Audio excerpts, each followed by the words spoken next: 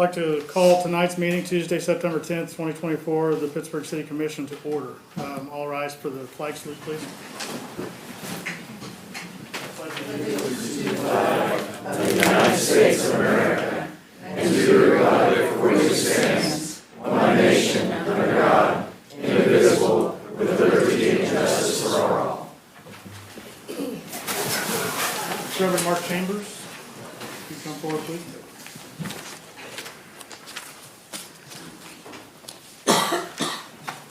Good evening, commissioners and ladies and gentlemen.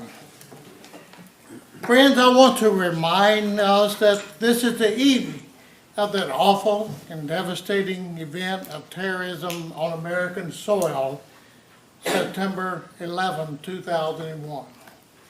I ask that we take a moment to take silence to remember the innocent people who were victims and for their family, and to the brave public servants who gave it all to save others and who never returned home to their families. The scars, pains, and sorrows are still with all of us today. May we pause for a moment of silence.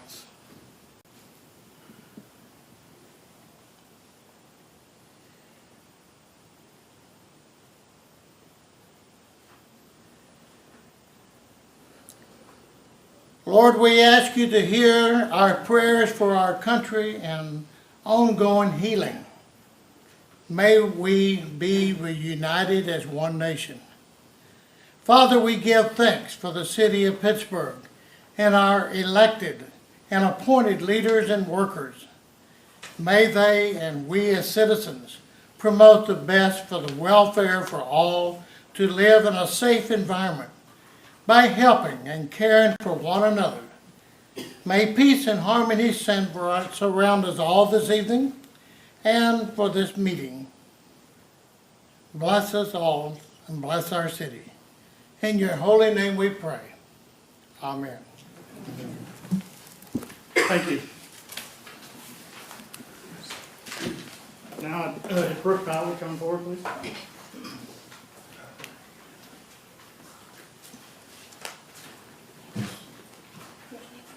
I'd like to recognize Brooke tonight. Earlier, a few weeks ago, I mentioned that she would be a Pittsburgh positive, and she was able to come in tonight. I'd just like to thank Brooke and the entire Safe House team for all the work that they do and the good that they do in a rather sad and part of our society that we don't really want to think about with domestic violence and sexual abuse and all the trauma that goes along with that. But Brooke and her team advocate for the victims of those crimes and do an incredible job, and they do it every day, and they can put a smile on their face and come to work every day. That's not an easy thing to do in the work that they do. So thank you, Brooke, and your team. Thank you.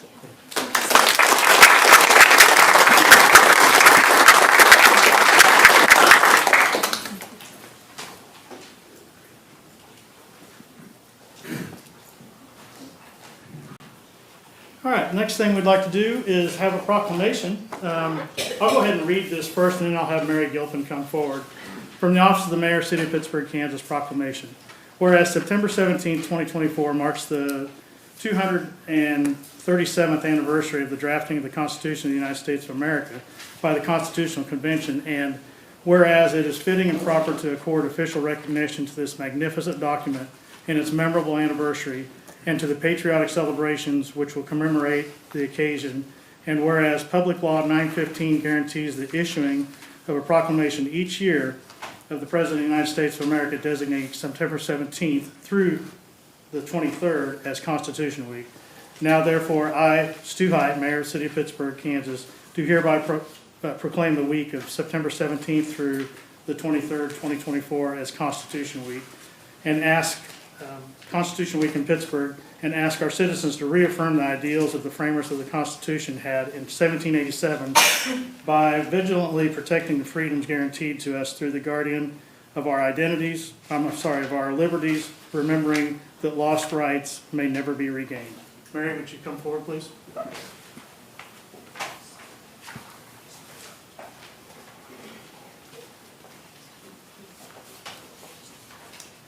you very much. Yeah.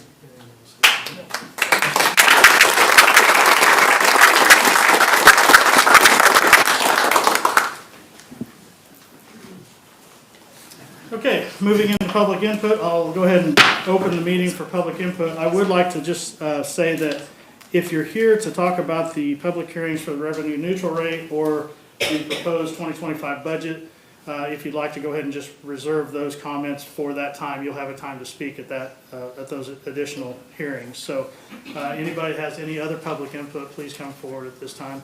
State your name, your address, and limit your comments to 3 minutes, please. All right, Roger Lomchek, 1147 South 220th Street. Couple of quick questions I just wanted to go over. One, thank you for the ordinances on the trash and shopping carts. It sounds like maybe there have been some suggestions to improve the shopping cart ordinance a little bit more, but overall I think those are great. They're going to help. Obviously enforcement's the other half of that, but thank you. A few things here I just want to go over. We've seen the issues that have cropped up, especially recently at Our Lady of Lourdes at the church service. And now having found out there's been a lot more happening at the St. Mary's Colgan School, especially with elementary kids being harassed. Something needs to change. Based on numbers from CHC, we're looking at there's probably a minimum of 30% of the homeless people are from out of the area. That's according to the point in time survey that Krista Postai provided. I've got a couple of quotes here I want to read you. They're from CHC board members and from the founder. Daniel Minnis just today said that out of the area homeless do end up in Pittsburgh. Let's come up with city ordinances that restrict resources to locals. Krista Postai last winter talking about the winter shelter said that I can assure you that once word got out on the internet, your fears of other communities directing homeless to Pittsburgh could not have been prevented. Those kind of things are very obvious indicators to me that we as a city need to adopt, or the city government needs to adopt a resolution, an ordinance, zoning restrictions, whatever you want to call them, that restrict services or restrict homeless operations to local area residents. My recommendation would be Crawford County residents who are housed for at least a year to avoid the situation of people coming here, sleeping in a car for 2 months and then being counted and getting free housing. Non-locals who show up should be treated humanely, assisted, and then helped return back to their point of origin or to their home. That's a policy now that the City of Lawrence just adopted, and it's something the City of Pittsburgh needs to adopt as a recommendation for all housing operations. I've got a long list of items here that a group of business owners that I met with last night has agreed this is the way to address this problem, both by expecting some accountability from our housing, from our homeless services, and keeping law enforcement under control, making sure that people are following the rules. Simple things like a mandatory intake drug test, criminal background check. Do they have the homeless organizations coordinate with the city police in order to do checks on the people that they are registering that are coming in? Do these people have warrants? Are they registered sex offenders? Those kind of things that we're seeing are actually happening pretty often. I'm going to give you a couple more things. Pittsburgh Housing Authority did an interview on KOM where they said as long as they're in a community, they're considered residents and will be assisted. That's something that we need to address. We're using tax dollars to help out of area residents come here specifically for housing. Oxford House, the Addiction Treatment Center, the Parole Board. Daniel Menace said there's evidence that correctional facilities have dumped homeless into Pittsburgh and that the city has taken steps to eliminate that practice. I'd be curious to hear what that is or if you all are aware of that, if there have been steps taken. All right, yeah, thank you. Appreciate your time. Roger, did you say that there were some incidents at St. Mary's Colgan this year or in the past? Yeah, there have been the first or the second week of school, there were 4 or 5 incidents that I was made aware of. One of a homeless person who had apparently been sleeping in the pew, just got up during mass, strolled up onto the altar area, roamed around, and roamed back down. They didn't really cause a disturbance, but it's obviously a little bit atypical behavior. We had the gentleman on Sunday, a week ago Sunday, who just went berserk on the steps of the church trying to force his way in. He was screaming at a tree, arguing with it, karate chopping in the air. A parishioner saw him heading for the church and stopped him. He started cursing and screaming. A number of us went out and kept him out of the church at least until police were able to get there, which they did very quickly. Another one, a person with a club tried to force their way into the church while the school kids were at services. So a number of things like this that have been caused by Leslie House being where they are, bringing them in there, which is a zoning issue. I realize I'm out of time and I'll respect your time limit, but I think that zoning situation needs to be looked at. I've been told that it's not gonna be a big deal because they're a church, but they're not. Yeah, the Wesley House or First United Methodist Church is a religious organization, but they are not holding services there. They have not in years, and that needs to be dealt with appropriately and legally because it's destroying the quality of life for all the people that live around there and the schools. Yeah. Thanks. Thank you. Any other questions? All right, thank you.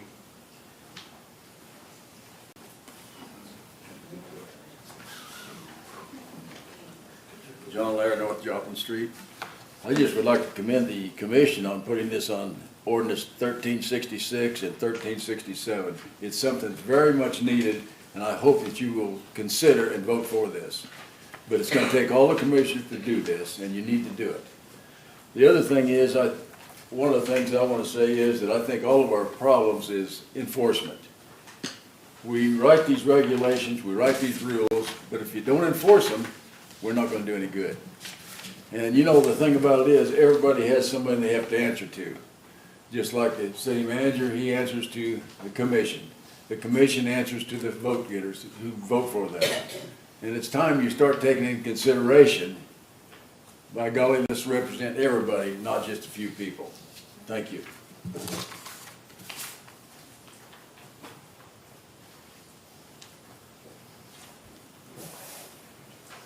Anyone else? All right. Seeing none, we'll close public input. All right, start with the consent agenda. I believe Chuck would like to take item B off, so I'd entertain a motion to approve item A and C. Make a motion to approve. Second. It's been moved and seconded to approve the consent agenda items A and C. Roll call vote. Brooks? Yes. Height? Yes. McNay? Yes. Munsell? Yes. Ziggy? Thank you. Motion carried. I should have told everybody that Dr. Sigley, Ron Sigley, is on the phone with us, calling in. So, thank you, Doc, for being online. So, all right, item B, approval of the recommendation of the Economic Development Advisory Committee, EDAC, to grant a 6-month extension to the right of first refusal with Osafino LLC for the 15 acres immediately north of Apex Stages in the city's Airport Industrial Park, and authorize the mayor to sign the necessary documents on behalf of the city. Yes, Chuck, how can I help you? I would say, has anybody else, Darren, showed interest in this property? Other Not- than this, Not that city staff is aware of, not to us. if somebody came tomorrow and wanted it, would this wipe that agreement out? Or how do you This do would it? give this would give them the opportunity to make an offer on it Okay, in first position. Yeah, all right, thanks. you bet. No other questions, I move to approve item B. A second? Second. Been moved and seconded to approve item B. Roll call vote. Brooks? Yes. Height? Yes. McNay? Yes. Munsell? Yes. Ziggy? All right, item B carried, motion passed. Public hearings, item A, proposed 2025 revenue neutral rate. City of Pittsburgh advertised for a public hearing to be held on September 10th, 2024 at the city commission meeting commencing at 5:30 in the city commission room located at the Law Enforcement Center, 201 North Pine, for the purpose of hearing and answering questions relating to exceeding the revenue neutral rate for the 2025 budget. Allison, good evening. Good evening, Mayor and Commissioners. We are required by the state to hold a hearing to exceed the revenue neutral rate of 48.223 mils. The revenue neutral rate is set by the county and is the mill levy rate, which would be required to keep our revenue flat as a result of our county's increased valuations. We are recommending exceeding the revenue neutral rate by maintaining the 2024 mill rate of 50.889 mils. The screen shows the mill rate for the past 3 years and for 2025. You can see that the mill rate has decreased 1.45% since 2022. The property tax revenue will help fund the 5% employee raises, new trash service program, and a park security guard. Okay. All right, I'll go ahead and open this for public hearing comments.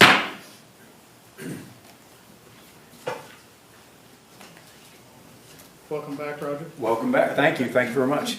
I guess just very quickly, I'll ask the question, is the city recommending an actual raise in the mill rate, or is the is this an equivalent raise because of the increase in valuations? It is not an increase in the mill levy, no. But it is an effective increase by 2.66 something mills, is that right? So the revenue neutral rate is the rate set by the county to keep us revenue neutral. So if we were to adopt that rate, we would be foregoing $422,000 in revenue for year over year. So that doesn't capture the new growth in our city, and there was over a 1% growth in new construction that we would not be capturing if we were to adopt the revenue neutral rate. And that's why we exceed the revenue neutral rate and keep the mill rate consistent. As you can see here, it's dropped over the last 3 years. Right, but ultimately, this will result in higher property taxes paid by businesses and residents, right? In dollar figures, I'm not talking about So you can see percentage, here, actual dollars paid. the property value is $100,000. Last year, if you take the property value of $100,000, this year the net percent increase in about is 3.78%. So if you add that to the $100,000 valuation, your property went up in value about $3,780. So it's a base increase to your property tax of about $22 per year, just based on that new valuation that the county assessed. 22 per 100,000? Yeah, $22 per 100,000. So it's As you can see the calculation on the screen. So to answer your question, yes, it would be an increase, Thank you, but it's okay. not, we're not increasing, we're not passing or asking. You're not consciously raising the mill rate. Correct, but we're also, it's a way of countering. Allison, you want to speak to the inflation part for the city? I mean, as far as maintaining the same city services? Yeah, over the past 3 to 5 years, we've seen an increase of 3%. Last year with a 5% increase in just base commodities, insurance is increasing and work comp is increasing. So that's why we need that growth of the $422,000 just to cover our base cost for the year. That $422,000 doesn't even cover raises, so that's just helping that little bit of revenue is just helping go towards our programs that we're already funding. If we don't want to increase that, we'll have to cut multiple programs just to capture that loss in revenue. So, Roger, the good news is everybody that owns property, real estate property in the city limits of Pittsburgh. They've gone, the- right, they've the- gone The up. good news is their property has gone up. Sure, and if they sell, they'll be able to cash out, but if they're not selling, they're just gonna have to pay higher and higher rates, higher and higher taxes, which is a problem. Just The, wanna, the general concept is you have the property tax valuation and the mill rate. right, If your property, whether you own a 50,000 or 100,000, if you own 100,000, you're obviously gonna pay more taxes than somebody that owns a 50. The mill rate has stayed the same. Yep. So your property is worth more, so you're going to pay more in property tax if we don't lower the mill rate. That's I think that's what you're saying, and that's a correct understanding. right, yes, so we're leaving the mill rate as is simply that the dollar amounts are going up because of the increased valuation. Correct. Okay. And new growth.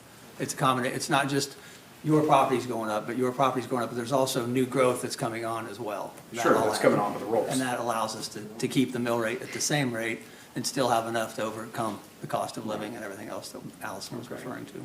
Just so I know it's a challenge, but it's something to factor in the impact this is having on people, whether we could go for a reduced option that would help protect people's properties, allow them to keep more I think of their one own good money. example of an expense that continues to rise, and we are all conscious of our city employees and particularly, our first responders getting a fair wage, because we know that that's tough to continue to compete with other agencies. Just the COLA of that, Allison, is what, the 3% is 200,000 for next year, roughly? Yeah, so out of all of our funds, we have a $1.2 million increase in just payroll cost, and that's personnel cost overall, because our capers rates and KPR rates continue to go up also, on top of workers' comp and other personnel expense. So it's one of those things that you can't, we want one thing, but we can't continue to do that without coming up with the money somewhere. And so this is one of those avenues that we have to capture that, the growth and or Sure. the increased assessment. Is it possible in the future for people to be notified of this sooner? I should have got You from should the have county. gotten, yeah, you should Like have I gotten, got from the county, the letter that came in. Yeah. I mean, the specific to the notification of I this. think that's Is that pretty much it? legislatively, that's what happens is Okay. the county sends those out on a certain date in June, I believe. and So- are we required to put something in the paper regarding a hearing? There is, but Yeah, yeah, okay. I'm sure it was published there. Okay. But on the positive side, the agenda made it much more clear than the required letter mailed to the state. Yeah, The it's- state dictates how that's written. This is what, year 3 of dealing with this? Yep. Something like that, so it's been a learning process for everyone, but it's also something that, you know, we feel confident about, that it's something that without raising the mill levy, it's a good way to continue the services as they are, and continue to increase salaries and. I appreciate the transparency of the process in putting this out ahead of time, and thank you. You know your stuff. Definitely appreciate it. Yes, All right. Thank you, everyone. Thank you, Roger. Any other comments? My name is David Stevens. I live at 3104 Pinnacle Lane here in Pittsburgh. I don't understand all of it. I listened to what she said. It sounds like if you don't spend it, you lose it. So if you raise above the line, you're going to get more next year. She said it doesn't even cover raises. So because I strove to work hard and buy a nice house and put my family in a good neighborhood, I'm going to be penalized with a tax increase because of all this. Everybody that owns property, you're gonna see. So the more you make, the more you spend, the more you're going to have to pay in the end. It's kind of what it feels like to me. The property tax model has been in Kansas forever. This is simply, and you're hitting the nail on the head, the more you own, the higher you're gonna end up paying because it's all based on the same number. So, one way of looking at it is, I don't have a boat, because I like to be on boats, I can't afford a boat, usually borrow Henry's boat sometimes, but the more stuff you buy, the more you're gonna pay property tax on. So that's the valuation across the state, that's how that formula works, and it really comes down to personal choice at that point, where, I guess one thing, another way of looking at what you're saying is, well, maybe we should not capture that growth, and we should just hold it flat forever, but, that's. No, you gotta have progress, I'm not saying that. We just gotta have the But when money she to says operate. things like it won't even cover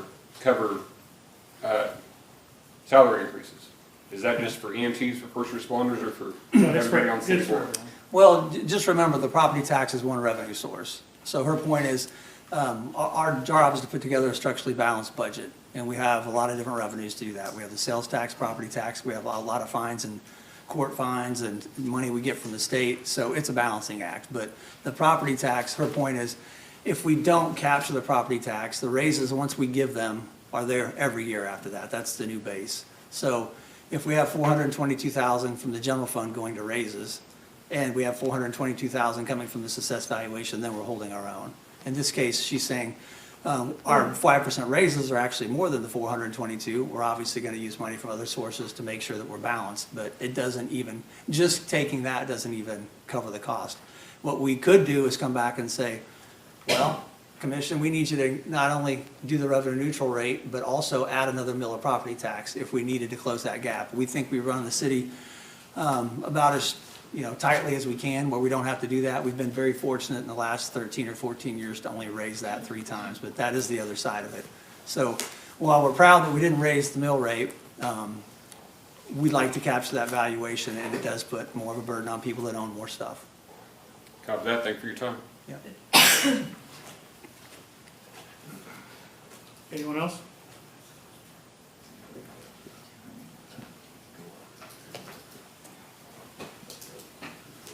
Hello, Brian Hanson. I live in the county, but I own a couple properties here, one commercial and one residential as a rental house. And I think probably in this room, we probably have some people that own some rental houses here. I know at least one of our commissioners does. Are you gonna pass this tax, are you gonna pass it on to your renters immediately? You're not? I'm gonna absorb it. Exactly. So you guys are asking us to absorb, just like she said, you want to absorb it. My renters are probably stretched as they are, and here we are I'm gonna get on the back end of it, because I probably won't do that also. So I'm sure there's people in here that have 40, 50 rentals or less or more in that area, but I only have one. But again, I'm gonna have to make the decision to pass it on. My insurance went up 30%. Am I absorbing that this time? Yes, I am. So as a business owner, you guys are making it more difficult on us every day. Just wanted to say that.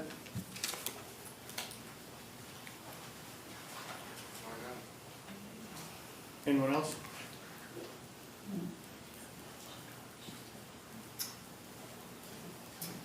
Good evening, everybody. My name is Carol Hemmerbacher, and the thought that comes to me is, did we hear that sales tax has increased? That because of new business coming in? Is that something that's helped? Because this is really hard for a lot of people to have property taxes raised. So I would just, we really got to think about this, because we've got a lot of people in town that are having a really hard time. Is sales tax, has that increased? Because we said we've got more business coming in and a lot of good things like that happening. Carol, are you talking about the Yeah. revenue from sales tax? or- Yeah. Oh.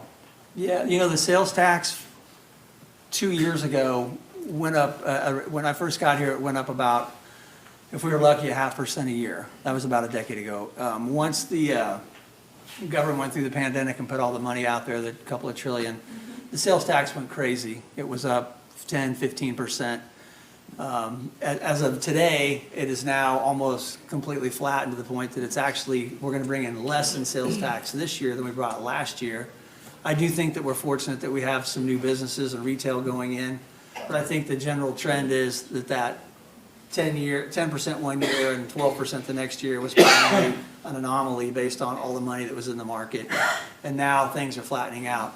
The good news is, thanks to this commission and many before them, most of the sales tax proceeds that come in are used for very specific programs where we only spend what we collect.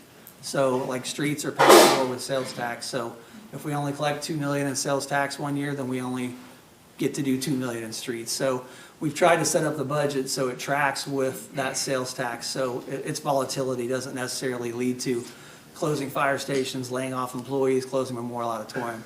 But it definitely has an impact on the number of streets and some of the other things. It's basically to improve the streets and things like that.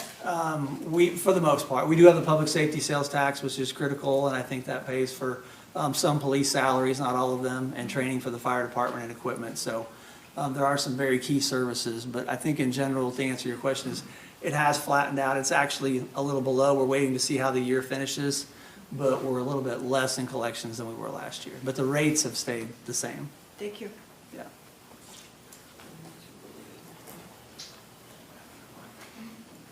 Anyone else? Seeing none, I'll close the public hearing. And then I would also entertain a motion to approve item A.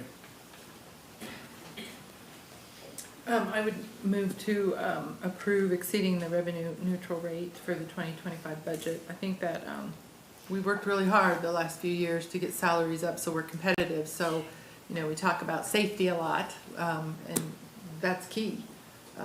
Having an adequate law enforcement, fire, and all of our staff. So I think we would be doing a disservice overall to the community, unfortunately, if we forgo this funding when we work so hard to make our workforce competitive. Salaries of the employees are important, but the people who live in this town that are having hard times, and it's never gone down, it's remained same, or it has gone up, but, having people absorb it all the time, at some point, something's got to give once in a while. And everyone's doing the best they can every single day. So I'm not too sure that I'm for it. I understand about the employees, and I do get that. But I'm on the fence about it. Got a Well, motion for go ahead. discussion? Sure. No, I just, it's tough on all of us, Our mill levy is what it is, and because the county, our appraised value of our properties went up, that's the reason we're having to pay higher property taxes. A couple of years ago, I made a proposal that we go in the middle of what is our mill, 50 mills? 50.8. And maybe go halfway in the middle. And that didn't go anywhere with the commission, So, hey, Chuck, to clarify, I'm trying to talk here, Don. I had a question for you. I don't understand what you just said. In terms of splitting like the excess from the, The difference between what the state says the mill levy ought to be and what our actual mill levy is. we're not raising the mill. I know, but I Okay. propose that we go halfway in the middle. We would still have an increase in property tax. But like I said, it didn't pass. And I don't think, that would pass again if I brought it up. You know, it's something that, because of what we provide, it costs us more, and it costs everybody more when they go to the grocery store. I'm just thinking out loud here, we've added another expense, and I don't think, and you can correct me if I'm wrong, Darren, the trash trucks, we didn't budget for that when we talked about this, when we started the budget process, didn't we? No, nothing was budgeted for trash I guess a year ago in July when we passed the budget for the current year. So, you know, we've had to pay for 2 trucks, and hopefully we buy some more, because I think it's very positive of what we're doing. So, you know, our expenses are going up, and that's coming out of the general fund. Hopefully at some point that will break even and maintain itself. You know, we got a fire station that we need to do some repairs on. I've asked if that comes out of public safety sales tax. Maybe it does, maybe it doesn't. If it doesn't, it's gonna have to come out of the general fund. So there's a lot of stuff, and just like Don said, you know, the raises, very important to our employees. I would just take a wild guess, and you can correct me if I'm wrong, Darren. Is any of our departments fully staffed? We were fully staffed with fire until a couple of months ago, and the closest police would be within 5 positions as of a month ago, and that's over the last 4 years. The utility department is, you know, there's really stormwater, wastewater, and water in that one big department. I don't know that they've ever been fully staffed since I've been here. I'm not sure that's possible. Finance, administration, the customer service counters, we usually do okay. But I guess the short answer is no, but we're getting close. We're as close as we've been in a long time. Well, that's my point. We have employees out there that's working that most of you see every day. You know, police, fire, public works, street department. Those employees are doing more with less people, you know, and certainly they deserve a raise for what they're doing. I mean, if we want to lose more employees, we don't give them a raise. You know, I think they're very valuable to the city, and we need to reward them with a raise, you know. We have budgeted for full police, full fire. I mean, there's money in the budget if we can hire people to do it. The problem is, not a lot of people want to work anymore. I know you know what I'm talking about. But as far as this goes, you know, it's a hard pill to swallow, but that's the world we live in, you know. I wish we could do something about it, but we have to pay for stuff. I mean, we provide services. Like I said, this unexpected cost, providing a trash service, I think is going to be positive for everyone. Hopefully, you agree. So, you know, do I want your taxes to go up? Certainly I do not. But, you know, this is just how it is, you know. I wish I could say something different. But, Doc, was that a second on the motion, or did you have something to say? Commissioner Sigley on there? Oh, I didn't know whether you had a comment or whether you were making a... No. Okay. Well, we do have a motion on the floor to approve capturing the growth from the revenue neutral rate. I'm still waiting on a second. I have one question, Ally, or maybe you can answer it, Darren. By not passing this, is it saying that the employees would not get a raise at the end of the year? Or am I confused about that? The money would come from somewhere for the cost of living. This isn't the budget, yeah. I mean, so this is just the revenue neutral rate. Right, but it all ties in. Well, it's almost $500,000. So if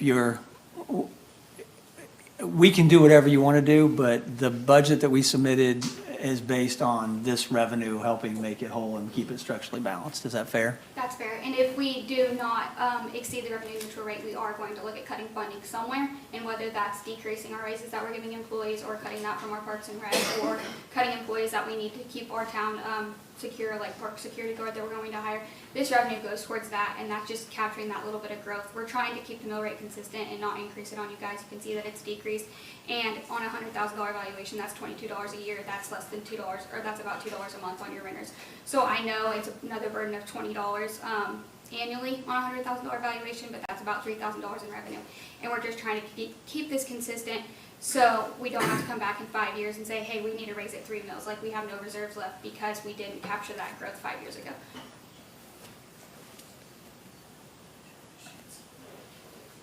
Thank you.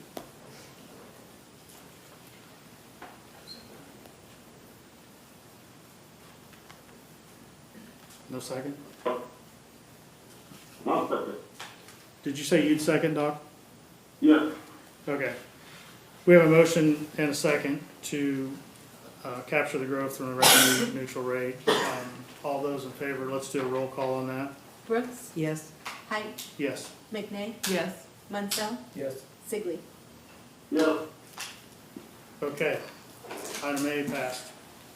All right, moving into item B, the proposed 2025 budget. City of Pittsburgh advertised for a public hearing to be held on September 10th, 2024 at the City Commission meeting commencing at 5:30 p.m. in the City Commission room, located in Law Enforcement Center, 201 North Pine, for the purpose of hearing and answering questions related to the proposed 2025 budget.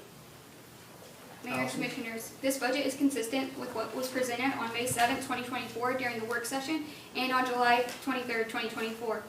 We have budgeted to keep revenues flat and a 3% increase in commodities over the 2024 budgeted expenses. Our KPERS rate will increase by 0.34% in our 2025 budget year, and our KPNF rate will increase by 1.51%. The 2025 budget has a COLA increase of 3% for full-time employees and a 2% merit increase. Are there any questions about this before we open the hearing? Yes, ma'am. I have a question. Was this online? It was uploaded today. Our 2024 one was out there, but it is now published on our website. Okay. And anytime anyone needs a copy of our budget, it is accessible through our county clerk if you ever want a copy of that budget. I had several people not be able to find it on the website, so that's why I'm asking. Yeah, we're in the middle of a budget, or a website update, so a couple of things just didn't get transferred over right. So if you ever need a copy of the budget or have any questions about the budget and just want to stop in City Hall to get that, you can. Okay. Any other questions, Commissioners?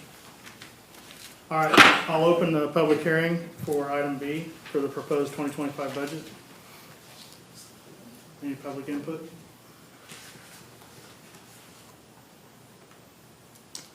Seeing none, I'll close the public hearing. I do have a couple Okay. questions. So we've talked about the wages. I guess what I heard is that we feel that the changes or the salary adjustments we've made over the last few years have closed the gap in terms of being able to recruit, that we are a little competitive in the market. Is that a fair statement?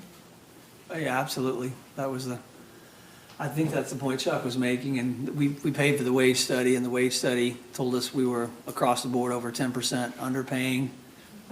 So we corrected that with 2 corrections a few years ago, but they also told us you better keep your nose to the grindstone or you're gonna fall 10% behind again. So that's what we've recommended, and that's what we've done, and I think it's reflected in the fewer vacancies we do have. The other thing is, we've, by being self-managed, our health insurance being self-managed, we've been able to keep the premiums at a level for our staff. But what is going on with the deductibles? Are those being stagnant, or have we had to adjust the plans and the deductibles available for staff? We actually decreased our deductibles for our employees to go to the doctor and their co-pays last year because we had enough reserves in that health insurance from our self-funded plan to be able to reduce the deductible and co-pays for our employees and not raise their rates, their monthly rate. So we've been able to keep up competitively with salaries. We haven't increased the healthcare premium, and we've reduced the deductible. Okay. And keep in mind, the taxpayers, we're self-insured, so for any claim, obviously the employees pay into the system, but the taxpayers pay the claims. If we come up short, that's tax money. So in the last 8 years, we've managed to keep all of that down, so there has been no tax increase going to that. We've managed the plan, we broke it out and did it differently. The employees haven't been burdened with increased premiums, so the money that we do give them in a raise, in fact, gets turned into groceries and entertainment and utilities, whatever they have to do to run their family, not turning right back around and paying a healthcare provider, 30 or 40%. So I don't want it to be lost because we all are taxpayers, and we obviously understand with the city, the largest cost center we have are employees. But we also understand that none of the services that we can provide, we can do without the employees. We're just one of those organizations. So it is difficult, but we felt that that's such a large cost center for us. We have to do everything to keep their costs down, and that's why we took on health insurance 9 or 10 years ago. And we've been very proud and thankful to mention it, because we don't get to mention it, that the burden the taxpayers have to pay for our health insurance hasn't changed in that time, and that helps us be able to provide the other services. So we are working to try to keep costs down wherever we can. It's just everything. If you buy a power tool, if you buy a load of asphalt, you buy a piece of wood, it is all expensive, and it's just as expensive for us, unfortunately, as the taxpayers. Yeah, I have a question, Darren. I brought it up some unbudgeted expenses, the trash trucks, the employees that we've had to add. And I know you don't have the figures tonight, but you're talking about taxpayers. I would like a report of what the city has to pay from the first of the year up until now for vandalism, damages that's been done to our public bathrooms, our parks. You know, it might not seem that much when we're talking about a budget, but it is a taxpayer expense, and I'm sure that probably is turned into the city's insurance to pay that cost, Darren? Well, a lot of times we just fix stuff. I mean, if somebody breaks off a toilet in a bathroom, we're not going to turn it into insurance. I mean, if somebody steals one of our cars or smashes something up. But for the most part, we have a facility maintenance group that does as much as they can. And the bathrooms out in the parks are traditionally, like I said, I've been here over a decade, and every year, when Kim was the parks director, she was like, I hated Monday morning because she'd come in and say, hey, the kids tore the heck out of whatever it was this week. So I do think we can get you that number. I don't think it's going to be something that's an insurance number. I think we can track the work orders and let you know what that. I appreciate that. I'd like to see that, because I do know that's an expense that taxpayers are paying for. And I do know the businesses are having the same issues. Their business is being vandalized, and they're having to pay that out of their own pocket. Now, I'm sure they probably would pay it, then turn it into an insurance claim, depending on what it costs. But we know what happens when you turn something to insurance. Your insurance is going to go up. Yeah. So, I know it doesn't seem like a lot to people, but it is very important. We try to maintain what we have because the taxpayers are paying for that. And for the people out there that are destroying what taxpayers are paying for, I cannot understand that. But I would like to have a report on that, how much we spend to maintain city taxpayers' money.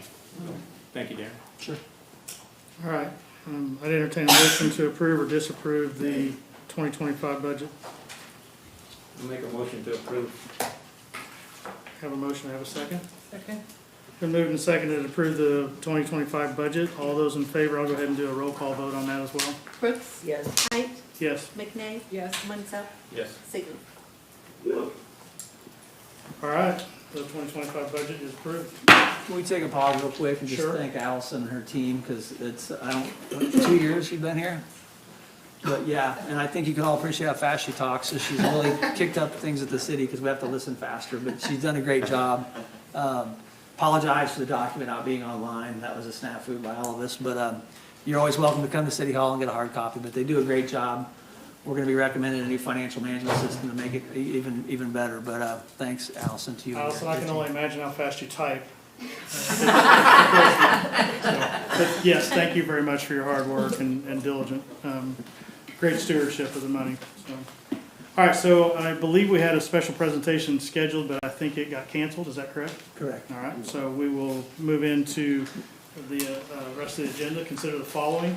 Item A, Kannarr Eye Care project. Consider the recommendation of the Economic Development Advisory Committee, EDAC, to approve the request submitted by Kannarr Eye Care for an allocation equal to 10% of the total project cost associated with the renovation of the property located at 101 North Broadway, with the city's investment funded through the revolving loan fund, RLF, not to exceed $65,000.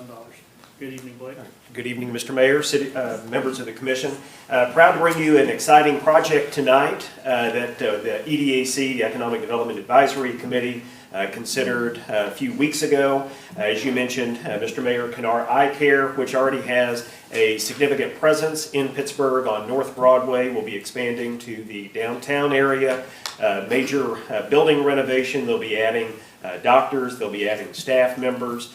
So the EDAC did consider an incentive request a few weeks ago to support that expansion. I know Dr. Kannarr is here tonight, but one of the marks of a true leader is they get to delegate, and I think he's delegated the presentation responsibilities tonight to Pat Cedeno. So I'm going to ask Pat to come up and tell you a little bit about the project. While Pat comes up, I will pull up the presentations, the wrong one.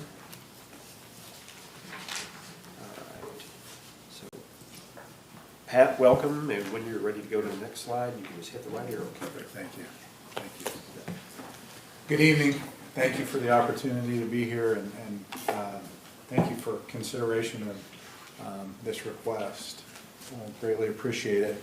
I thought tonight, in respect of time and everything, wanted to just give a brief overview of the project, so with some detail, and then I think anytime that obviously that we're requesting something like this, to try to share the return on anything that of that type. And so we wanted to be sure and share 4 different categories of return to the community. So just a brief summary of the project itself. As it was already said, this is at 101 North Broadway, former location of Dr. Paul Nix. Paul is retired, and we were fortunate enough to take on the responsibility for his practice. So what we've done essentially is a remodel of the location. With that includes increasing from 2 patient exam lanes to 3. We have changed the floor plan significantly. We've changed it from what was traditionally 2 businesses, or at least originally 2 businesses. We've now condensed that to 1, both from a utility standpoint as well as the footprint and floor plan of that. We've updated electrical, IT, plumbing as well for that, so really all of the infrastructure. And then all on the exterior, we're updating the exterior, new roof, new gutters, and then we will maximize parking in the parking lot as well. One thing I did want to add to that will be part of this building is what we call our clinical trials team, and essentially that's what it sounds like. The testing for anything that has not yet gone to the marketplace, whether that be products or be procedure, we do that. And there's only a limited number of places across the United States that do that from an optometry standpoint, and so we feel very fortunate of that. Half of the building will actually take part in that, and that's where it will be housed. And I'll touch a little bit more on that here in just a little bit. So just again, a quick summary of that is really a change in the floor plan and overall internal infrastructure, updating that, and then updating the external as well. So just to touch on the return on what we're requesting. So we've made a request for this. I think there's 4 components that we really wanted to touch on as a return to the community. Certainly that's on the first piece is the service side.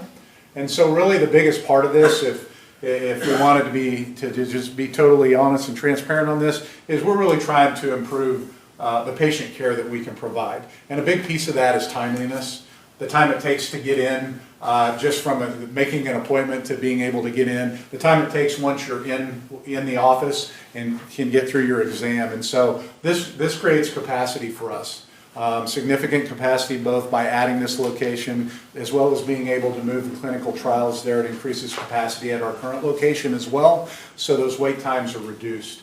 Additionally, from a technology standpoint, it will be state-of-the-art technology in this location.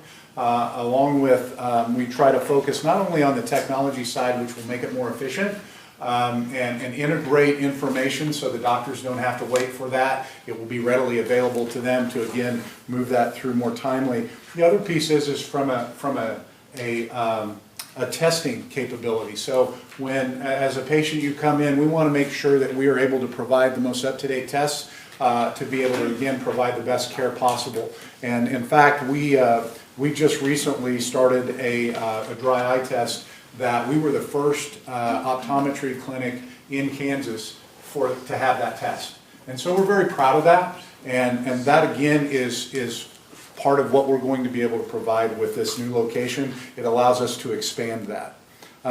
We also, obviously, we are the on-call service for any optometry needs for our two county hospitals. So we will continue to that, and we'll be able to expand that as well. An employment return to the community. So we've been able to add 8 additional staff positions initially here. We've also added 2 providers as of July. We have a 3rd doctor that will come on in July of 2025. Again, through the addition of the locations, we're able to expand that way. Again, we believe providing the best patient care that we possibly can. We're committed to this growth, and there's been a lot of talk about employees and the importance of them and all of that goes along with that. We believe the same thing, and we're very focused on whenever possible, we're trying to create careers. We certainly understand from time to time it'll be a job for someone, but we want to create careers, and this again allows us to do that, whether that is at the clinic side, on the study side, or excuse me, the clinical trial side. It allows us to do that, and we're very focused on that. One thing that's not technically employee or employment, but it's still a return from that aspect to the community, is on the clinical trials. We have participation from our patients and from others that aren't our patients. It's a requirement to be able to do these trials. And so one of the things that goes along with that is compensation for being a participant in that. And it's just another way, again, to try to support the community and the individuals within that. And I think one way to look at that, there's $100 here, $250 there. Last year, the compensation in total for trials that we were able to provide was $125,000. We fully expect that to increase with the growth of what our clinical trials will be here at the new location. And we've made estimates that will more than double over the course of the next 3 to 5 years. Two other types of return that we wanted to make sure that we shared with everyone. It's our practice commitment.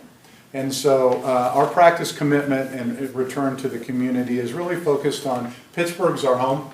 It's the hub of what we're doing. This is now the 2nd location that we'll have in Pittsburgh. We're very, very proud of that. We have actually looked at pulling third-party work back in-house. We actually had billing that we did contract. We contracted out. We actually have brought billing back in-house. That creates, again, additional opportunities for jobs, and it has. And we will continue to look at that for other services that we provide as well. The other thing is I mentioned the clinical trials.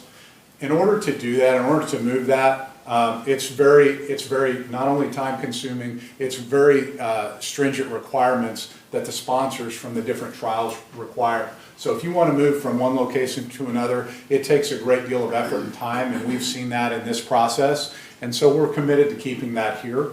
I think, again, the last thing that I'll say in regards to that is we've made a very significant investment in technology. In fact, this new location will be what's considered a premier site for one of the lead equipment manufacturers within this industry. And there's really only one other location that will have all of the equipment that we will have, and that's actually in academia. That's not just in the real world, general public, so to speak, general clinic. So we're very excited about that, but again, a commitment that we've made to being here and what we want to do. The last thing I'll say from a return standpoint is an asset. And so if nothing else, we've tried to update the building. We've tried to make it to where it's as functional as possible, and whether it's us or someone else, it makes the most sense. And we've done that not only from an infrastructure standpoint, but from an external standpoint as well. And so these are the things that we've committed to, and again, the return that we would expect someone would want to know about and want to understand in our request here tonight. So I'll close by saying we appreciate it and thank you for the time and the opportunity to bring this. Pittsburg is home, and we're excited about what we have going on now, and we're excited about being able to take care of our patients, take care of Dr. Nix's patients, and do it to the best of our ability. So thank you for your time. Mr. Mayor, maybe if I could take just a moment, in case there are people who this is their first city commission meeting, the incentive package that we're discussing here today is a fund that's earmarked specifically to support economic development activities in our community. It's really enabled Pittsburgh to do some things that communities our size don't typically do. It's been utilized to help some of our community's largest employers, like Masonite, that has 400 to 500 employees, right down to businesses that have 2 to 3 employees, like Finishing Touch or Toast, or very small businesses like that. So it's something we're really blessed to have. The recommendation from the EDAC tonight is that the incentive would be an amount equal to 10% of what Kannarr Eye Care will be spending, which is anticipated to be $650,000. So the way that works, Mr. Mayor, is the city would basically put its commitment down now. You don't pay that, but the city doesn't pay that immediately. Kannarr Eye Care would go ahead and complete the project, and upon completion and working with Kim's division, when they get their certificate of occupancy, they would submit receipts and verification that they spent what they said they were going to, and then they would be reimbursed an amount 10% on the back end of the project, which would not exceed $65,000. So with that, would be happy to answer any questions you may have this evening. Blake, I would just ask that on your application, on your email, Blake, the firm number, I think it got transposed, or the firm phone number. It's not a. Oh, yeah. If you see, if that could be corrected at some point. So. Yes, So sir. my question was, this money that the 10% match, isn't that to maybe offset what a bank would not loan the full amount to the project, or any project? I'm just trying to grasp so people understand what the 10% Sure. that we give is about. The fund, which is technically called the revolving loan fund, was created back in the 80s. When it was initially created, it would back loans that other banks would make. Over time, it got to where it would fund projects that banks weren't quite willing to back, or maybe not back fully. Even with that, there was some risk, because sometimes people would say, well, if a bank won't finance it, then why would the city? And so we've moved to a model most often now to where we don't penalize people for being able to fund it. If they're able to fund it out of their pocket, if they're able to fund it with a loan, it all goes into the funding stack. So it doesn't necessarily cover a gap. It can cover a gap if a bank won't lend all the way up to the project, but we don't necessarily hold it against somebody if they would be able to fund the entire project without financing.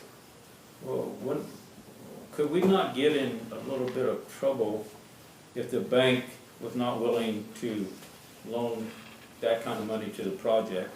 So we offset some of that cost with taxpayers' money.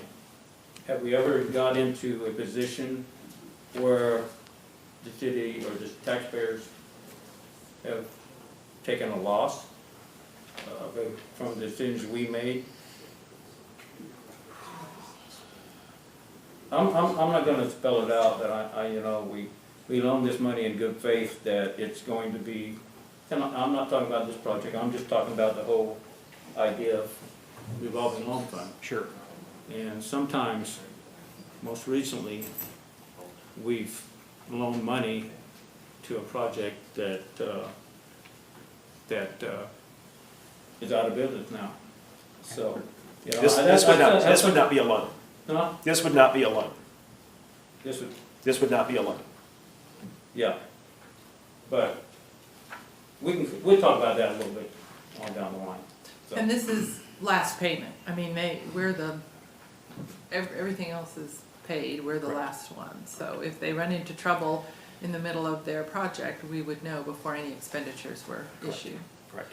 What's the time frame, Pat, for your project? You might have said that, and I apologize if you did. Sorry. But we plan to open within 30 days. Oh, so you're there. We're very close. Yeah, that's exciting. Any other questions? Entertain a motion. I'll move to approve. Second. Been moved and seconded to approve the request. All those in favor indicate by saying aye. Aye. Opposed, nay. Motion carried. All right, item B, Lorenz Haus redevelopment project. Consider the recommendation of the Economic Development Advisory Committee, EDAC, to approve the request submitted by Lorenz Haus Development LLC to modify their incentive package to the renovation of the property located at 211 North Broadway with the city's investment to increase from and not to exceed amount of $67,500, not to exceed amount of $140,000. So, Blake. All right. Thank you, Mr. Mayor. This is a project, as you mentioned, we initially brought you late last year. It's the third redevelopment project for Lorenz Haus, which is represented tonight by Shawnee Lorenz. Also, her husband Josh is co-owner of that as well. Previously renovated properties at 107 East 7th Street and 203 North Broadway. The one on East 7th right next to the Morning Sun, and the 203 North Broadway location is where Ray and Kay Boutique was for quite a while. Most recently, Shawnee and Josh acquired 211 North Broadway, which most of our locals would remember as the old Audacious Boutique building. And so at the time, it was anticipated to be an investment of up to $675,000 for Lorenz Haus. As they got into it, the cost estimates increased quite a bit, and that's what we're here to talk about tonight. One of the reasons is compliance with the Community Development Block Grant Program, and as we said in the EDAC meeting, we want to be careful not to say anything necessarily bad about that program because it's invested a lot in our community and we want to protect that relationship. But as part of that, it comes with some requirements that have caused an increase in the investment for Shawnee and Josh. So they came back to the EDAC and asked the EDAC to consider basically the same 10%, but just raising the ceiling on that up to potentially $140,000 if the project were to reach that $1.4 million phase. But maybe before we get to that conversation, if I can just ask Shawnee to go through what she presented to the EDAC that may explain some of the reasons for the cost increase. Perfect. Happy to do that. And commissioners, it's good to see you again. But I know we have a big audience tonight, and so some of them might not be familiar with the project. So I'm going to give a little bit of an overview of the project, the progress that we've been able to make, what the goals are for the project, and then lead into why we are back here this evening. So I'm going to scroll down here. And this building, it was Bishop's Photography Studio for a long time. We bought the building and the lot next to it. Well, unfortunately, these historic buildings are extremely costly to restore or to rehabilitate, and also they really need dynamic adaptive reuse plans to bring them to their highest and best use. So most of the time, nobody needs downtown 4,200 square feet to operate their business. A lot of people are looking for anywhere from spaces as small as 500 square feet for a small office to like 1,500 square feet. So what we ended up doing is we bought the building and the lot, and you can kind of see here how this is going to be broken up, so that rather than it just holding one tenant, we are actually going to be able to accommodate 6 different tenants within this space, including the green space. So there's going to be the historic storefront in the front. This was formerly, there's the east tenant space, there was formerly the west tenant space. We've actually divided that because of demand for small businesses after some had recently been displaced. And then a flex space which will support the green space outside here. And then also there is a 2-bedroom, 2-bath unit above. And so that is how this space is being divided, so they can generate enough revenue to return it to our, return it to the community. I will say that we have a lot of beautiful buildings downtown, but this is one of my favorites and always has been. So we worked pretty hard to find a way, how can we save it so that it doesn't become dozer bait? And so doing a multi-use tenant is how we were able to make that happen.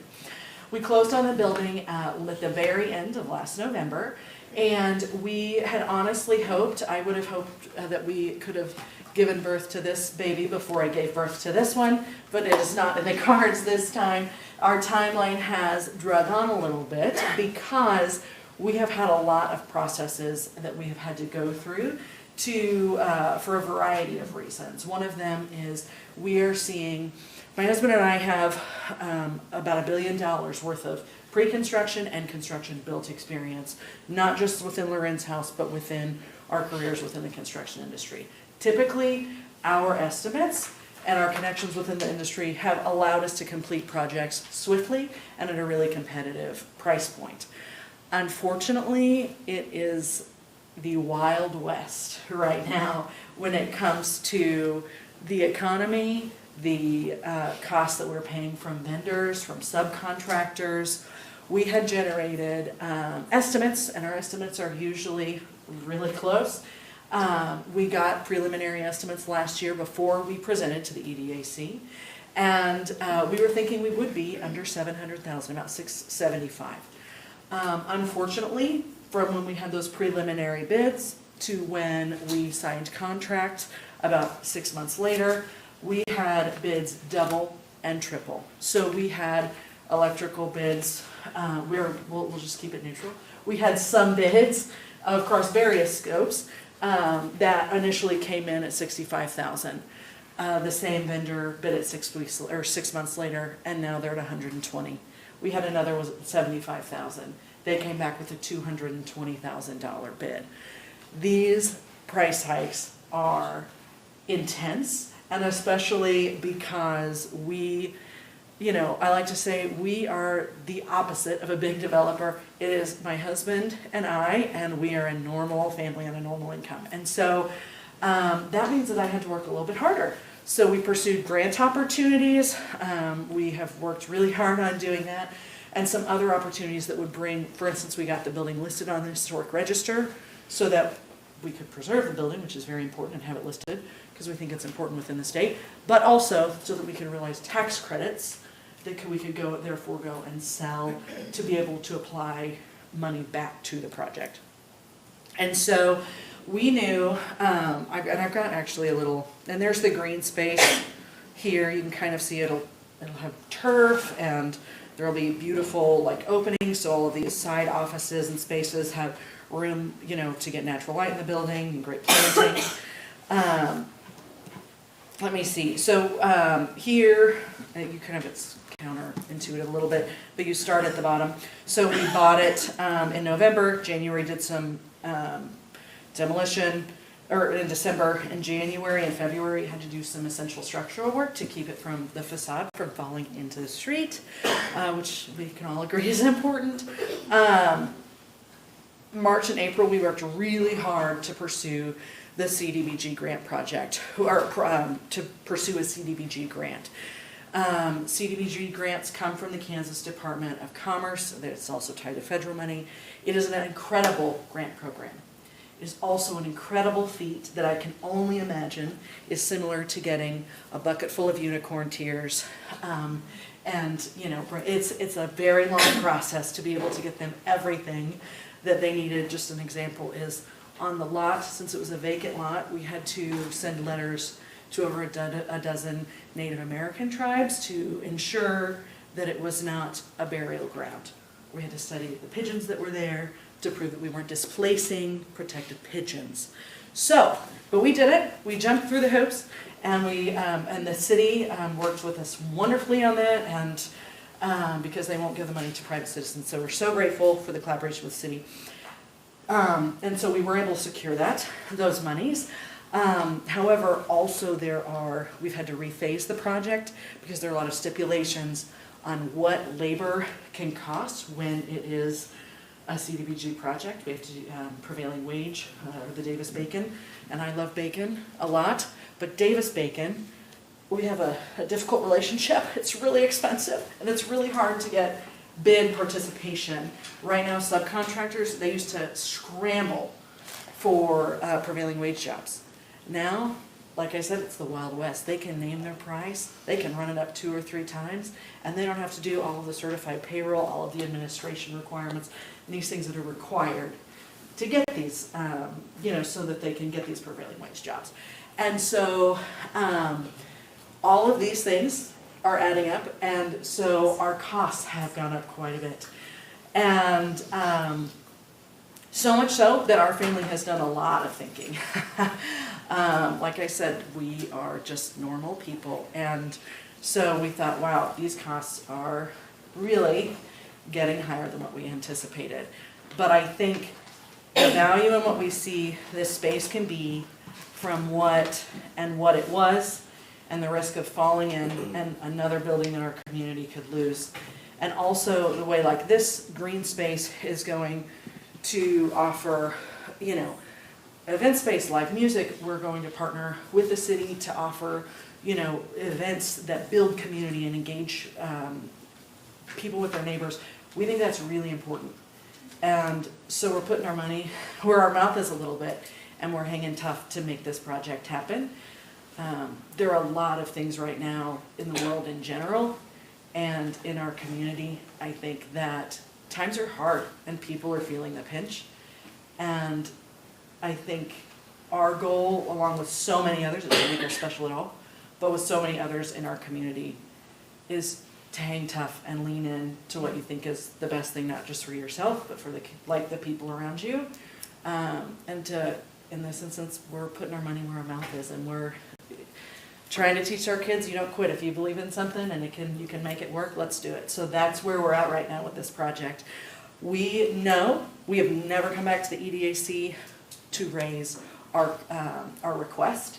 And I want to make it really clear, we only want, so we are not asking for $140,000. That is in the absolute worst case scenario if we go to bid on some of these elements on the exterior of the building envelope relative to CDBG and costs go crazy. That gives us, we have built in buffer for crazy. We hope, and we have the right to even reject those bids or, say we can't do that. But we do not think they're ever going to get that high. But we know we don't want to come back and ask for anything more. So we're hoping our investment is significantly less, and we will never ask for anything more than the 10% that has been extended to us in the past so graciously, and of course only after we've verified all costs, and that will be reimbursed on, upon significant moments of completion, like an occupancy agreement, or since it's being done in phases, which we hope all of the phases will be done by next spring. We've had to stagger things based on funding and, it's So all Shawnee- tied to the grant, but we're hoping to have everything done by March. Yes? Okay, so your original investment estimate was the 675. Yes. And now you're looking at, with all of the challenges, 1.4 million, which is why now the request is not to exceed 140. Yes. Okay. If it is 1.4 million, I might pass out. I hope that it is never anything close to that. And we're hoping it's significantly less, but we put that in there because even, the thing is with the CDBG grant, we only have to, they will pay up to 300,000 and we're only responsible, so if it was like 400,000, we'll be responsible for 100 of it. So it's kind of amazing on how much those numbers can change and how much we're actually responsible for. And there's just, right now, so much volatility in the market. And also some of these things like bid participation is so hard to get. You have to have 3 bids per trade. That's part of the reason everything that we've done thus far, which it looks, I get it, it's not pretty from the outside, but inside there's a ton of progress, and I'd love to have the commission come and do a walkthrough at any time that's convenient. But we've mobilized with only our own funds on the inside of the building just so we can get things moving forward and get things done and move the project along faster and return it to the community faster. Because up to this point, we've been paying all the mortgages and all the subcontractors out of our own pocket. So it's not that we're just taking in grant money and just like waiting for, don't have any skin in the game. A lot of skins in there so far. So this is just a way to help us get across the finish line in a worst case scenario situation And relative to stipulations we To can't be clear, control. your new request was re-presented to the EDAC committee, right? Yes, And they approved it? yes. Having said that, first time I heard anything about this extra cost, we read it in the paper. And, The Morning Sun does attend those yeah, EDAC we read it in the meetings. paper. Yeah. And, Blake, you said that while not unusual, this is not the first time this request has been made. I've been here 11 years and I don't recall anyone coming back and asking for money. Can you tell me who that was? It was Arnett Glass. Who? Arnett Glass, pardon me, losing my voice. When Bart Arnett bought, can't remember what the business was before, not where Arnett Glass is now, but the previous location, which was close to,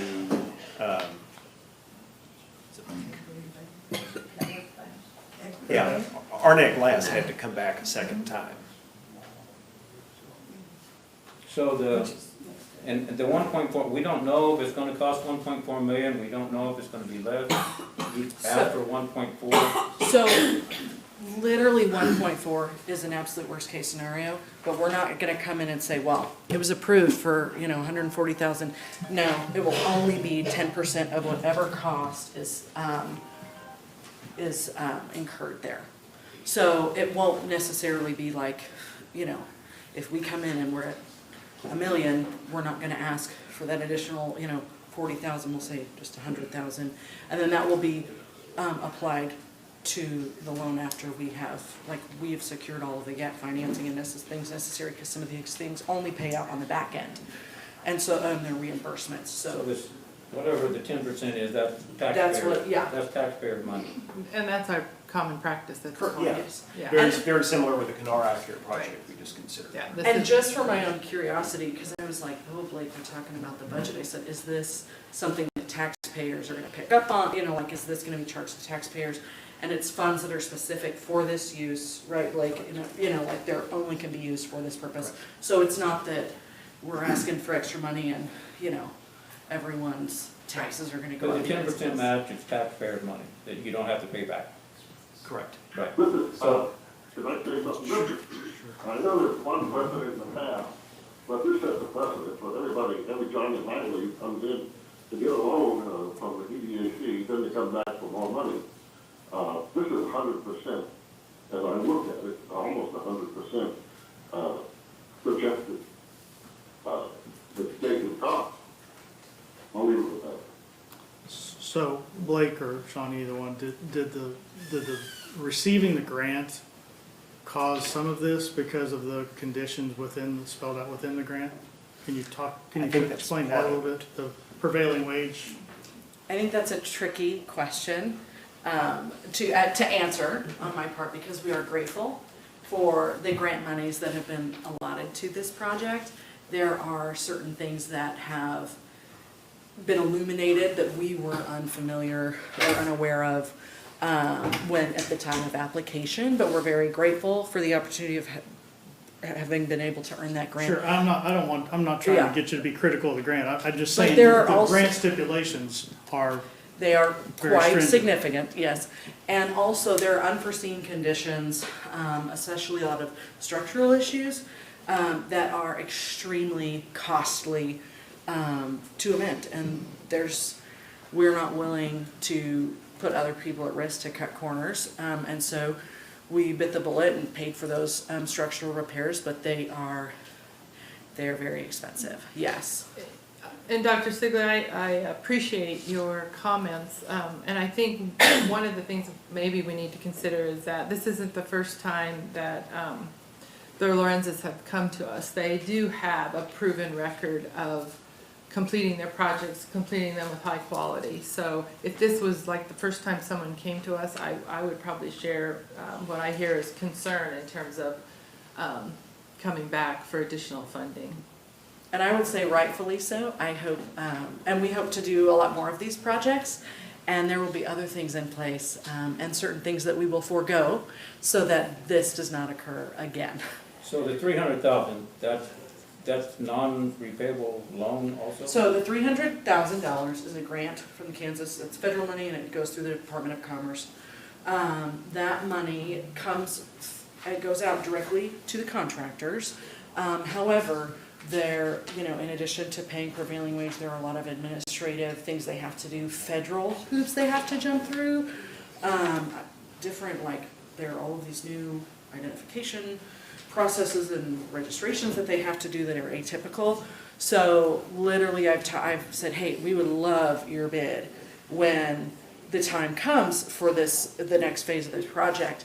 And they said, okay, here's my price, triple it, just plan on it, because there's so much work involved. And, it's causing, that's why we pulled so much of the scope.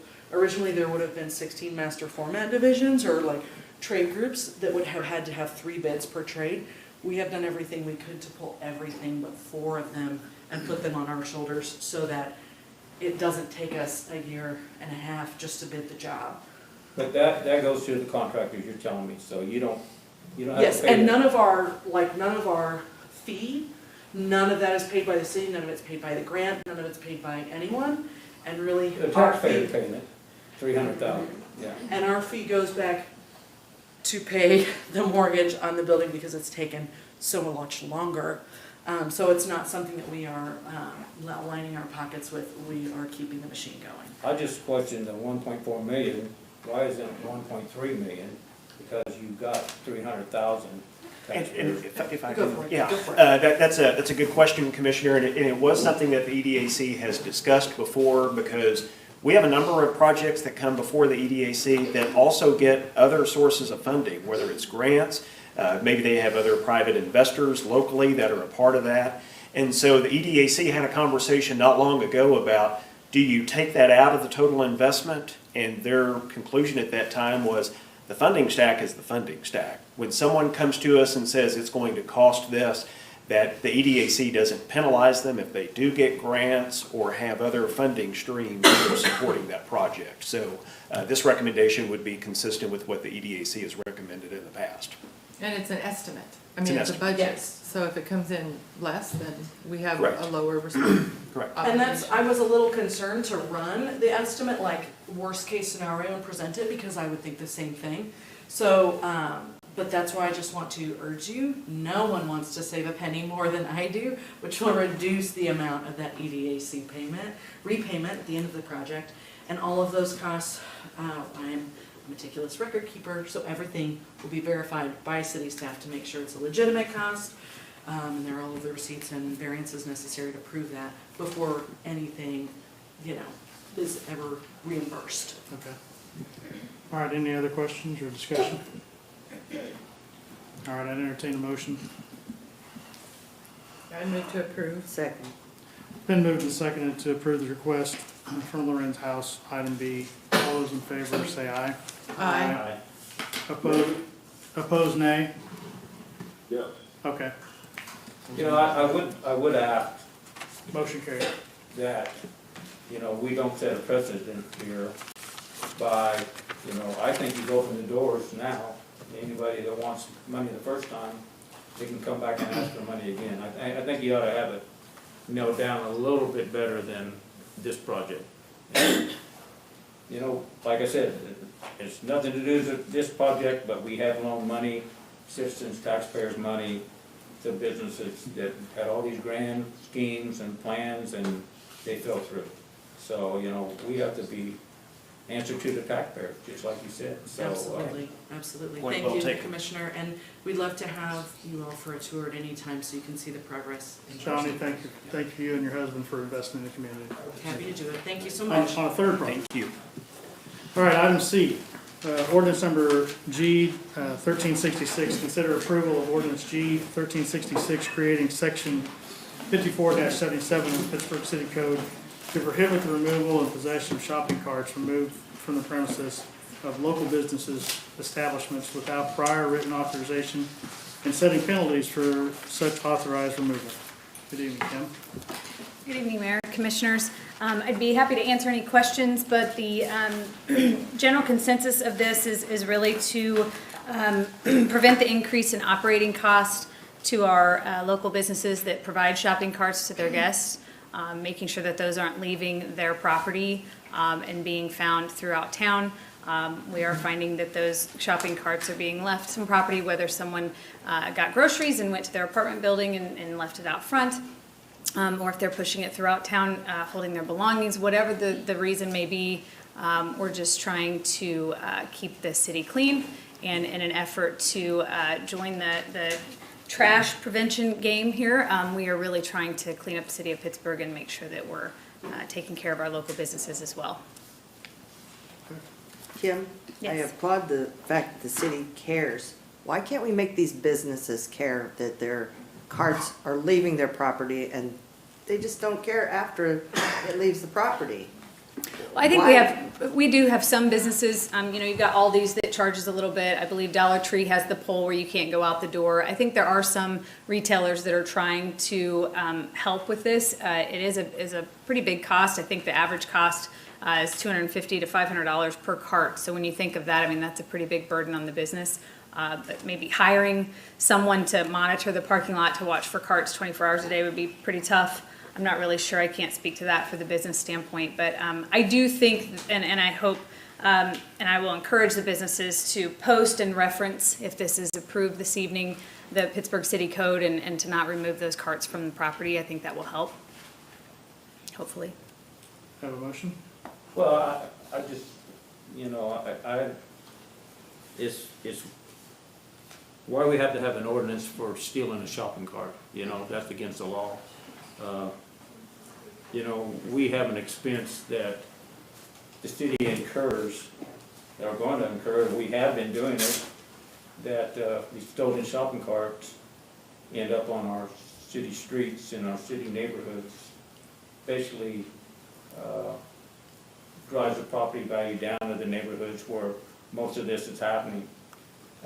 Chuck, I think simply put, it just kind of cleans up that, yes, it would be theft, but I think when you're talking about a business providing a customer service of having a cart, I don't know that it specifically says do not take this down the street.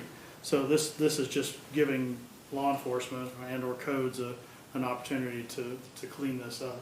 And it's putting another added expense to the taxpayer, because the city's cleaning it up, they're dumping the trash, they're disposing of the carts, and it's another expense that the taxpayers have to pay for, So do you not think we should do this? Absolutely, and I think we also should charge the businesses for the service that we provide where these shopping carts come from. Absolutely should do it, or absolutely should not? That's how I feel. Okay. I don't know about the rest of you. Anybody else? About the business, I don't understand why the big three do not care that their carts leave their property and never come back. They just don't care. But we do. So I'm for this. All right. Not hearing a whole lot of other discussion other than we're for it, so let's entertain a motion for it. Move to approve. I second it. Been moved and seconded to approve ordinance G 1366. All in favor, please say aye. Aye. Aye. Doc? Opposed, nay? Doc Sigley, you still there?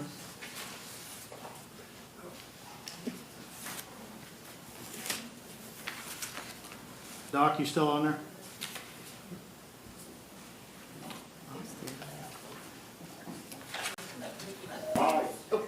I think I heard aye, is that correct? Yeah. All right, aye. Motion carried. All right, item D, ordinance number G 1367. Consider approval of ordinance number G 1367, amending section 70-32 of the Pittsburg City Code to make it unlawful to remove recycling material and to inhabit, enter, search through, or remove any portion of the contents of a solid waste container without prior written authorization of the person or entity owning or leasing said container, and setting penalties for such unauthorized actions. Good evening again, Kim. Well, hello. So in reference again to assisting in the trash cleanup and supporting our efforts as a city to clean up Pittsburgh, we are looking to amend the already existing solid waste ordinance. I do have an updated version, a little bit different than what you see on your screen that was presented here tonight, but it would be under the highlighted item 8. Where we added, or unless such person is an employee of a federal, state, or local law enforcement agency during the course of their employment duties. Just to note that. And I'd be glad to answer any questions. Any discussion? When people put trash in their trash can or their dumpster, and they have it on their private property, at what point does it become not private anymore? When they put it at the curb. When they put it at the curb, but if the curb is still on their property or in their alley and it's still on their property, how does that differentiate there? I mean, a lot of the people that we're hearing from, they're going through their trash after they put it in the can. So Right. is it still their property until the trash company picks it up? Or how does that work? Well, the amendment is basically saying they can't inhabit, enter, search through, or remove any portion of the contents of another person's or entity's solid waste container. So I don't think it, correct me if I'm wrong, but I don't think it matters if it's on their property or at the curb. You can't go through someone else's Because solid I know a waste lot of container. times there are construction dumpsters around. You'll see people flinging boards out that they could use for other things, but it says in here about getting written authorization from the person or entity owning the container. So, I mean, there's always been dumpster divers around, and there's usually some good stuff, but there's a lot that isn't. But I'm just saying that people need to be aware of this after it's passed, So so. it's really about the container and not where the container is located. Right, they Well, just you can't know, go because a through. lot of people, they are going through their trash, they're pulling it out in the alley and going, getting what they want and then leaving it. That's where the problem laid, so. Yes, and that's increasing trash within the city limits. So whether it's in the alley or on the curb, if it's your private residence, if it's your business, we're just seeing as people are digging through, they're leaving things out, that's blowing around the city and it's causing more issues from trash. So this is just another effort to clean up that and help mitigate that. I sense an overwhelming approval of my fellow commissioners Yes. of this ordinance, so I would entertain a motion. Well, I'd just like to say one thing before we do that, like, you know, like, Stu, you know, our police officers are getting a bad rap because they turn a blind eye to some of this stuff. They're not turning a blind eye, they're doing their job. I mean, you know, here's another ordinance, another law that should be common sense. It's against the law, but we have to have an ordinance. And we have to enforce it. We heard from Darren, our police department, 5 members shorthanded.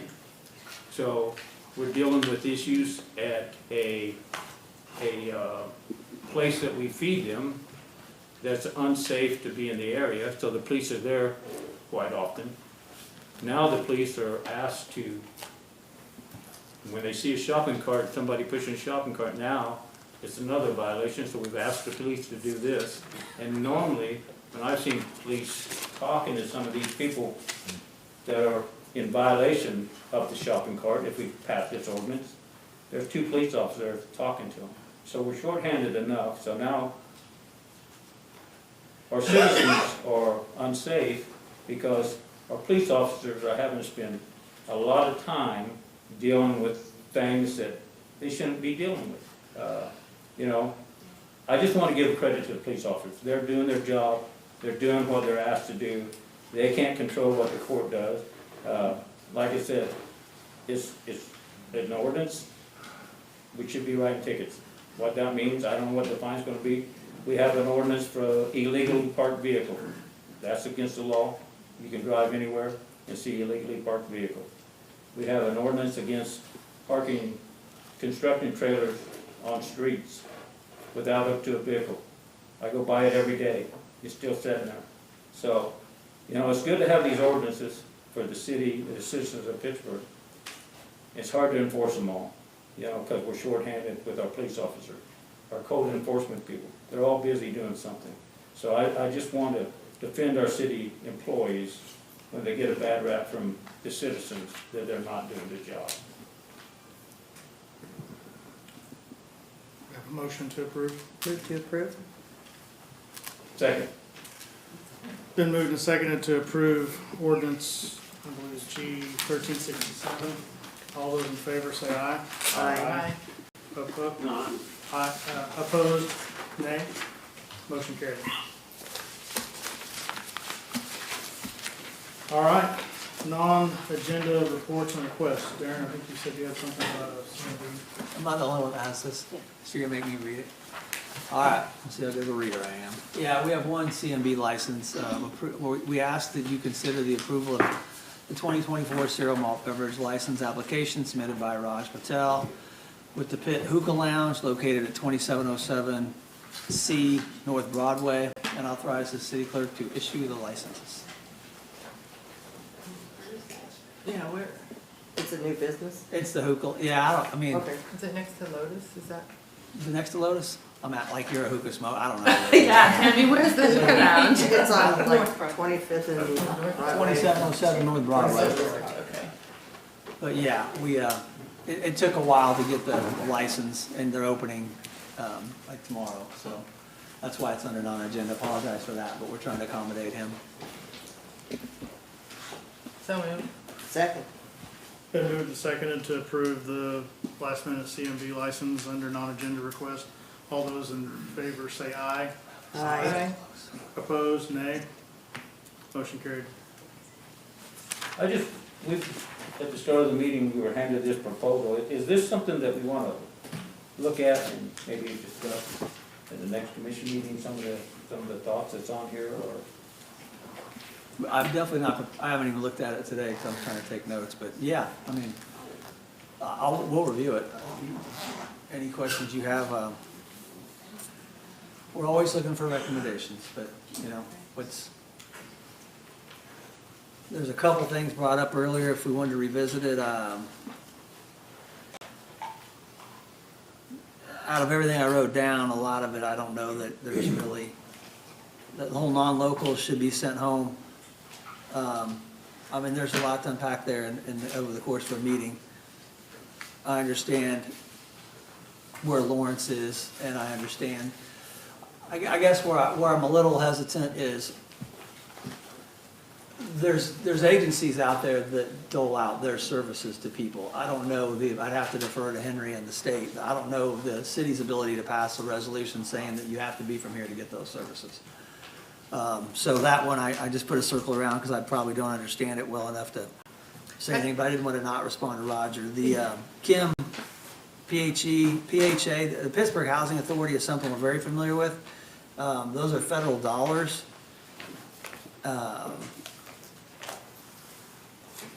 I don't know what the specific question was there. I didn't write the whole thing down, but I know we are,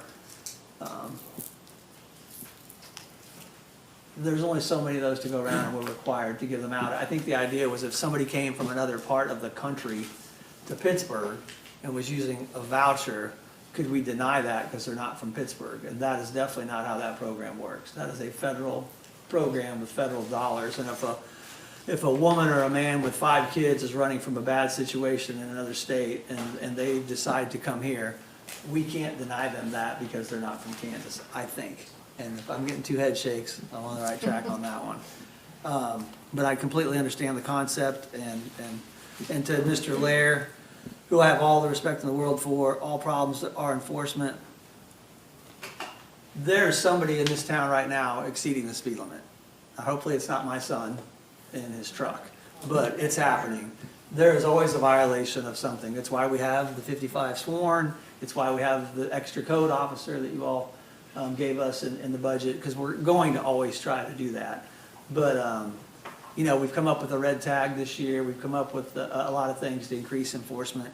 I'm not really saying it to defend the staff, because I think the staff does a great job, and everybody knows I'm always going to say that I have their back. I'm just saying it to set the expectation that, while I don't agree that the town's unsafe, we're a really bunch of citizens, and you know, keeping us under control is a lot of work. And so I think we've got a very good bunch of people trying to, and any ideas we'll consider, but there's always somebody that's breaking the law. And usually, thankfully, in Pittsburgh, they're misdemeanors, and we're going to try to do as much as we can to get them aware that they're breaking the law, and if they continue to break the law, and do the right thing. There's a ton of discretion at a police officer's level and a codes enforcement officer's level. They see the same stuff every day. They usually see the same people every day. And so I'd hate to leave with now just addressing that I don't think all of our problems are enforcement. I think we enforce to the level that we can afford through our tax dollars, and a lot of our problems are societal problems that just exist in the world today, and we're trying our best. I did not go through the thing that you're referring to, obviously, Chuck, but No. we will take a look at it between now and the next meeting. I think one thing that's important to point out about Lawrence, Douglas County and Lawrence allocate city funds to homeless, and those are the funds that they can restrict. Yeah. We don't allocate any city funds to a homeless shelter or to Wesley House, so it's a little bit different in terms of comparing us, or wanting us to look like Lawrence, so. Yeah, I would agree that, my personal belief is that any city dollars going to anything is going to be highly scrutinized, and if we could restrict it, we would. I just don't see that we have we don't have a mental health department, we don't have a drug addiction department, we don't have, I've said it before, we don't have a department of homeless, so I don't know our ability to restrict funding that's coming from other agencies to people. I don't know. City, you're talking about the city, the Yeah. community. I don't know what we can do on that. I mean, it seems, I completely understand the concept, I just don't know that that's something that we can act on. Well, now that you brought that up, like I said last meeting, there is a safety issue in Pittsburgh. And a lot of it is in certain locations. I think it has to do with, you know, the Lord's Diner feeding people. And I'm all for that. Unfortunately, we have some people that are in those locations that are not good people. And it makes the neighborhood unsafe. All I ask is, let's look at moving those places we feed them at a safe location. Now, I mentioned before, we have a safe location right outside this building, in between the police department and the city hall. Another safe location, like you said, Darren, our police officers are not experts in dealing with mental health issues, with you know, drug issues.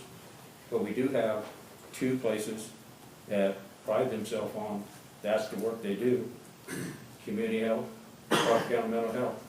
Why don't we move one of the drop-off for feeding the people up to their campuses? That way there's people on staff. If there is a situation that gets out of control by somebody's on drugs, somebody that's mentally challenged, mental health issues, maybe we could have people respond and help the situation. I know we've talked about this, Darren, that, you know, I think, and I think you said, that maybe if we could get people that are in the mental health field, maybe respond to some of these calls that we're having with issues with some of the mental health people. You know, maybe they could be a go-between them, between the police and the safety of the citizens, maybe they can help. So that's why I suggested moving that drop-off point up to where we have drug rehab place now, both community health and Coffee County mental health and mental health services up there. And my last place, I think we ought to move it, and I said the Lord's Diner, we can't open the Lord's Diner back up because of nobody that wants to work in there. But why don't we park the truck right in the parking lot at the Lord's Diner and hand the meal there? It's, to me, it's out of a residential neighborhood, And, you know, it's a safer place to have them, that's more accessible to the police if something did go wrong. So that's my suggestion, you know. We gotta think about safety, and I'm all about that. That's our #1 priority. The way I look at it, we gotta keep our churches safe, and we gotta keep our children safe, and to have this in that close vicinity of the church and to school, I think is a bad location. I don't know what the rest of you, what my fellow commissioner feel on that, but feel free to weigh in what your thoughts might be. Well, I think when you talk about we need to move it, you're talking about the Catholic Church. And so, you know, maybe it would be beneficial for you to go visit with Father Simone and see what the rationale is. Absolutely, I'd do it, Don. You wanna go with me? I've already talked to them, so I already know why they're in the locations they are, so. So you don't think this is a safety issue, have it at that location? Well, the reason it's there is because it's close to the northeast quadrant of our community, which is historically the poorest, with lack of transportation. If, you know, I mean, it's up to the church, it's up to the Diocese of Wichita, really. So their mission has been to be close to individuals who have food instability, so. But when it wasn't there, those people that needed those services came to the Lord's Diner. So I don't see that as an excuse for not moving it. Again, That's your opinion. It's not up to us. I absolutely, but it's up to us to try to keep our citizens safe, and that's Right. all I'm trying to do.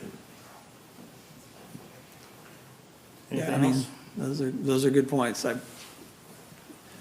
have a little concern over the parking lot because we're right by the library and the daycare.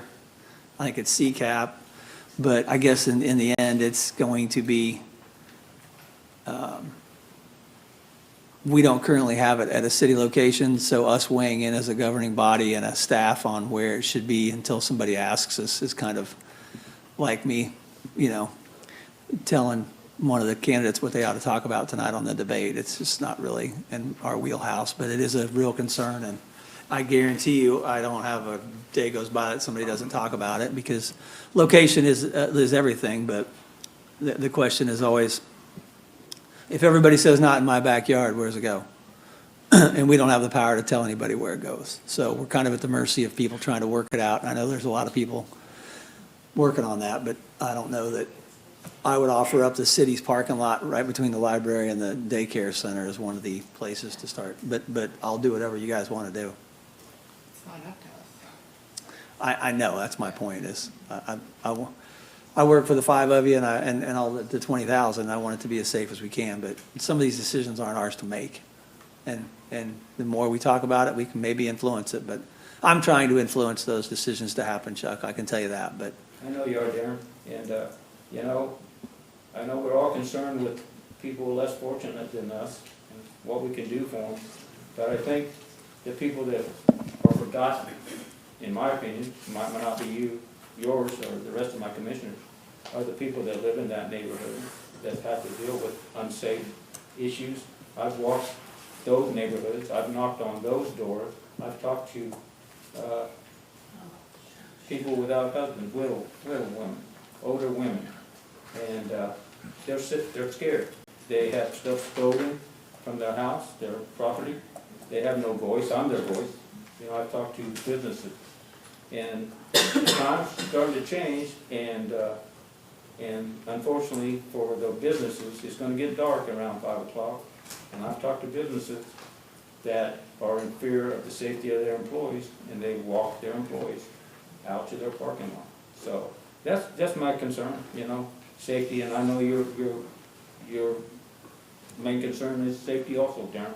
But I think we can't forget about the people that live in the neighborhoods that are in, their safety is compromised by some of the stuff that's happening in their neighborhoods, so. All right. Any other comments? Okay, tonight's Pittsburgh Positive. I'd like to recognize Phil Scott, who is a longtime for sure a Pittsburg State positive person. He'll see him at every athletic event. You'll see him at any campus event and really throughout the community. This man does a lot for bringing positivity to our community. So he's excited for anything positive going on in the community. So it makes sense to me to make Phil Scott our next Pittsburgh positive. So I would entertain a motion to adjourn. So moved. Second. Been moved and seconded that we adjourn. All those in favor say aye. Aye. Aye. All those opposed, nay. Tomorrow, Grandma. We're adjourned.